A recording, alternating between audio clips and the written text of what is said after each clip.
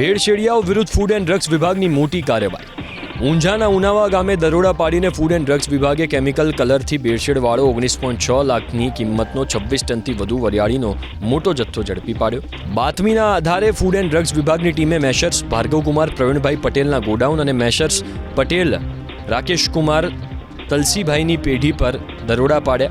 દરોડા દરમિયાન વરિયાળીને વધુ પડતી લીલી અને આકર્ષક બનાવવા તેમાં કેમિકલયુક્ત અખાદ્ય કલરની ભેળસેળ કરવામાં આવતી હતી. બંને આરોપીઓ પાસે ખાણીપીણીની વસ્તુઓના ઉત્પાદન માટે જરૂરી એવું ફૂડ સેફ્ટી લાયસન્સ પણ નહોતું. ઝડપાયેલ વરિયાળીના નમૂનાને તપાસ માટે લેબોરેટરીમાં મોકલી આપવામાં આવ્યા છે. એબીપી અસ્મિતાની ટીમ જ્યારે સ્થળ પર પહોંચી તો ફેક્ટરી માલિક પણ તાળું મારીને ફરાર થઈ ગયો છે. ફેક્ટરીની અંદર કેમિકલયુક્ત કલરમાંથી તૈયાર કરાયેલી વરિયાળીનો જથ્થો પણ મળી આવ્યો છે.